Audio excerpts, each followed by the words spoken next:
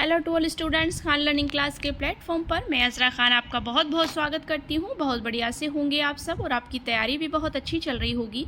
आज हम आपके लिए लेकर आए हैं गणित शिक्षण के गणित पेडागोजी के कुछ वेरी इंपॉर्टेंट से क्वेश्चंस। पिछली वीडियोस तक हमने 60 क्वेश्चंस क्लियर कर लिए थे। आज हम आपके लिए लेकर आए हैं 30 क्वेश्चंस की क्लास, जो कि बहुत ज़्यादा इंपॉर्टेंट है। पेडागोजी के क्वेश्चन से जो एग्ज़ाम में बार बार पूछे जाते हैं।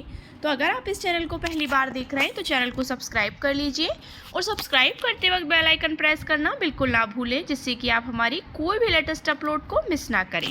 तो चलिए स्टार्ट करते हैं आज की वीडियो। पहला प्रश्न है हमारा, गणित शिक्षण के लिए पाठ्य योजना का निर्माण आवश्यक है। शिक्षक को पाठ याद होता है। विषय वस्तु का विकास मुख्य व्यवस्थित ढंग से किया जाता है। छात्रों की कमजोरियों का पता चलता है या लगता है। विषय का गूढ़ अध्ययन कराया जा सकता है, मतलब गहन अध्ययन कराया जा सकता है। तो गणित शिक्षण के लिए पाठ्य योजना का निर्माण क्यों आवश्यक है? तो इसका राइट आंसर हो जाएगा ऑप्शन नंबर बी, विषय वस्तु का विकास मुख्य व्यवस्थित ढंग से किया जाता है। Next question is that Bloom Krathwohl तथा मसीहा ने मिलकर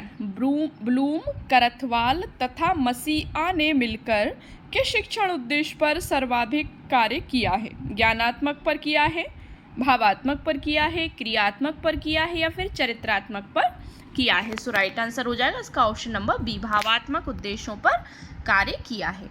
नेक्स्ट क्वेश्चन इज दैट गणित की वह कौन सी विधि है जो करके सीखने के सिद्धांत पर काम करती है? मतलब करके सीखना, क्रिएटिविटी करना, जिसमें छात्र अधिक सक्रिय रहते हैं व जिसके द्वारा नवीन तथ्यों की खोज की जा सकती है। प्रदर्शन विधि है, प्रयोगशाला विधि है, संश्लेषणात्मक विधि है या फिर प्रयोजना विधि है? सो राइट आंसर क्या हो जाएगा? ऑप्शन नंबर डी इसका राइट आंसर हो जाएगा कि ये प्रयोजना विधि है।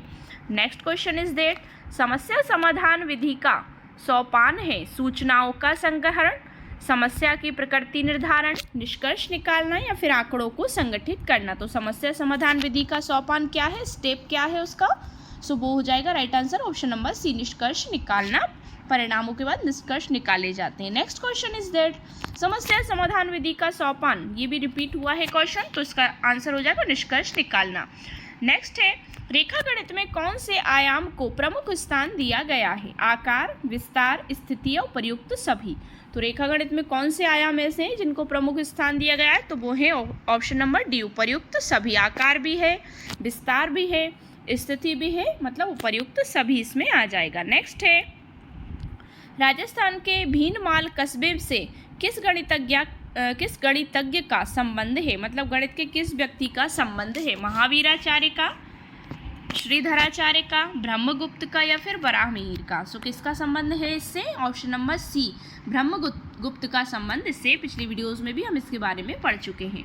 नेक्स्ट क्वेश्चन इज दैट नेत्रहीन विद्यार्थियों के लिए, मतलब जो ब्लाइंड मैन है, मतलब जो देख नहीं सकते, नेत्रहीन विद्यार्थियों के लिए ब्रेल लिपि का प्रतिपादन किसने किया? ब्रेल लिपि आपने सुना ही होगा, रॉबर्ट ब्रेल ने किया, फ्रेड ब्रेल ने किया, लुई ब्रेल ने किया या फिर तीनों सही है? सो राइट आंसर क्या हो जाएगा इसका? Option number C, Louis Braille ने किया है।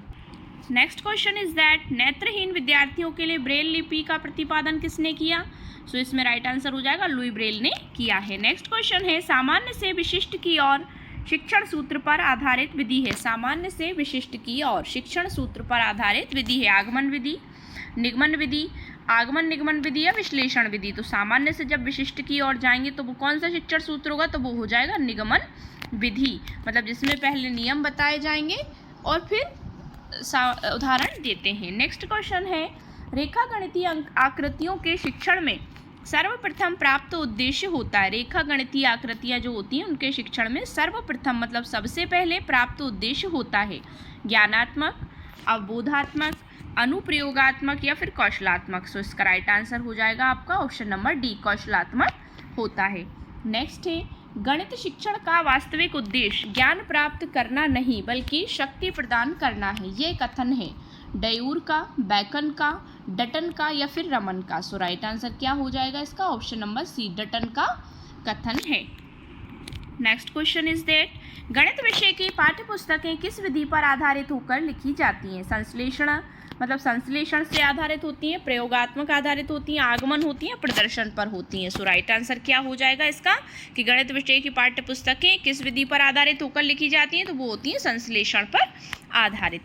Synthesis. Next question is that गणित विषय की पाठ्य पुस्तकें किस विधि पर आधारित होकर लिखी जाती हैं, तो संश्लेषण पर लिखी जाती हैं। रिपीट हो गया है क्वेश्चन। खोज विधि का प्रतिपादन किसने किया था? खोज विधि का प्रतिपादन किसने किया था? प्रोफेसर आर्मस्ट्रांग ने, किलपैट्रिक ने, ड्यूबी ने या फिर स्किनर ने? सो किसने किया था? Option number A, professor Armstrong ने खोज विधि का प्रतिपादन किया था। ऑप्शन नंबर ए इसका राइट आंसर हो जाएगा। नेक्स्ट क्वेश्चन इज दैट जिस विधि से पहले उदाहरण बाद में नियम बताए जाते हैं वे कौन सी है? तो वेरी इजी क्वेश्चन है ये। निगमन विधि है, आगमन विधि है, समस्या समाधान है या ह्यूमरिस्टिक विधि है? तो जिस विधि में पहले उदाहरण बाद में नियम बताए जाते हैं तो वो कौन सी विधि है? ऑप्शन नंबर डी, ह्यूमरिस्टिक विधि है। वैसे वो निगमन विधि भी होती है जिसमें पहले उदाहरण और बाद में नियम बताए जाते हैं। तो ऑप्शन नंबर डी इसका राइट आंसर हो जाएगा। प्राथमिक स्तर पर गणित शिक्षण का महत्व है। प्राथमिक मतलब प्राइमरी लेवल पर गणित शिक्षण का महत्व है। सांस्कृतिक, मानसिक, व्यावहारिक या फिर आध्यात्मिक? सो राइट आंसर हो जाएगा ऑप्शन नंबर सी, व्यावहारिक है। नेक्स्ट क्वेश्चन है किसी खेल के क्षेत्रफल का ज्ञान कराने में सहायक विधि होगी? किसी खेल के खेत के क्षेत्रफल होगा इसमें गलत बाय मिस्टेक गलत लिखा हो गया है। खेत के क्षेत्रफल का ज्ञान कराने में सहायक विधि होगी आगमन विधि, निगमन विधि, क्रिया विधि या फिर प्रदर्शन विधि? सो राइट आंसर हो जाएगा ऑप्शन नंबर सी, क्रिया करके ही हम उसको बताएंगे। ऑप्शन नंबर सी इसका राइट आंसर हो जाएगा। पाठ्य योजना का भाग नहीं होते हैं। पाठ्य योजना का भाग क्या नहीं होते हैं? प्राप्ति उद्देश्य, पाठ्य प्रस्तुति योजना, शिक्षा के उद्देश्य या फिर उपर्युक्त सभी? सो क्या नहीं होते भाग इसका? ऑप्शन नंबर सी, शिक्षा के उद्देश्य पाठ्य योजना का भाग नहीं होते बल्कि शिक्षण उद्देश्य होते हैं। नेक्स्ट है निम्नांकित में से कौन सा सिद्धांत प्रायोजना विधि का नहीं है? निम्नलिखित में से या निम्नांकित में से कौन सा सिद्धांत है जो प्रायोजना विधि का नहीं है? क्रियाशीलता, वास्तविकता, उपयोगिता या मूल्यांकन? सो राइट आंसर क्या हो जाएगा इसका? ऑप्शन नंबर डी, मूल्यांकन। नेक्स्ट है इवोल्यूशन जिसे कहते हैं अपेक्षित व्यवहारगत परिवर्तन में निहित है। वेरी वेरी इंपॉर्टेंट क्वेश्चन है, हमेशा पूछे जाते हैं ऐसे क्वेश्चन। शैक्षिक उद्देश्य, प्राप्त उद्देश्य, सामान्य उद्देश्य या फिर इनमें से कोई नहीं? तो अपेक्षित व्यवहारगत परिवर्तन में निहित कौन सा है? सो ऑप्शन नंबर बी, जो प्राप्त उद्देश्य है वो अपेक्षित व्यवहारगत परिवर्तन है जो हम बच्चों से प्राप्त करना चाहते हैं। नेक्स्ट क्वेश्चन है एक अध्यापक गणित शिक्षण में अवरोही क्रम का अनुसरण कर रहा है। एक अध्यापक गणित शिक्षण में क्या कर रहा है? अवरोही क्रम का अनुसरण कर रहा है। वे किस विधि से प्रेरित थे? अवरोही मतलब बढ़ता क्रम, प्रयोगशाला विधि, आगमन विधि, संश्लेषण विधि या फिर निगमन विधि? सो राइट आंसर क्या हो जाएगा इसका? ऑप्शन नंबर डी, निगमन विधि का प्रयोग कर रहा है। नेक्स्ट है एक अध्यापक गणित शिक्षण में रिपीट हुआ ये क्वेश्चन, तो इसमें भी निगमन विधि राइट आंसर हो जाएगा। अनुप्रयोग संबंधी प्राप्त उद्देश्य की प्राप्ति होती है। अनुप्रयोग मतलब एप्लीकेशन संबंधी प्राप्त उद्देश्य की प्राप्ति होती है जब छात्र संबंधित प्रत्ययों में भिन्नता बताता है, गणितीय अवधारणा की व्याख्या कर सकता है, समस्या हल करने की उपयुक्त विधि चुनता है या फिर उपयुक्त सभी? सो राइट आंसर क्या हो जाएगा? ऑप्शन नंबर सी, कि अनुप्रयोग संबंधी प्राप्त उद्देश्य की प्राप्ति जब होती है कि जब छात्र समस्या हल करने की उपयुक्त विधि चुनता है, मतलब स्वयं से करता है।